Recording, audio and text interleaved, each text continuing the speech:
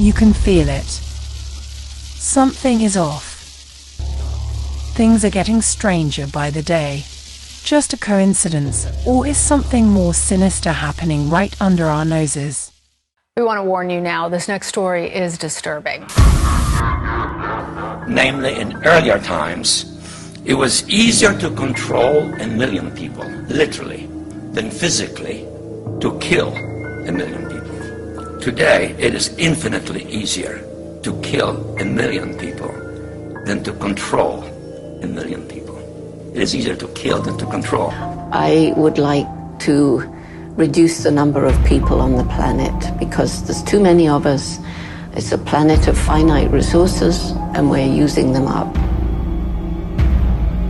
First, we've got population. That's headed up to about 9 billion. Now, if we do a really great job on new vaccines, healthcare, reproductive health services, we could lower that by perhaps 10 or 15%. The true ruling elite are a death cult. Pure evil. The elite are extremely wealthy. They have more money than you can think of. So why would they want even more money, even more control? It's because they use their wealth and power to execute their agenda, to live out their evil. If you think this is just conspiracy theory, think again. Look around you. Everything benefits them and not humanity. The globalists have a religion. To the public it's sold as climate change or the global crisis. What is the basis of the climate change agenda? It's population control. It's depopulation. The elite look at us as parasites that need to be controlled and killed. There is an unelected network that controls what the public sees. Plausible deniability is their cover. They are playing dumb on every level to gaslight us. The same agendas throughout history are presented differently with the same goals. The elite are becoming restless and are now out in the open with who they really are. Corruption in the government is just the tip of the iceberg. The upper echelon at the top have an anti-human agenda. Threats of world war.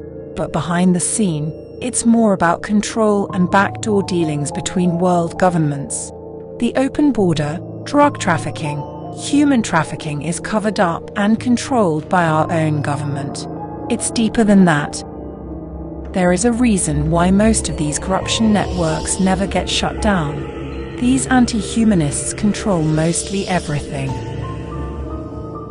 You'd be shocked to know what the people in most power positions really think of the general public.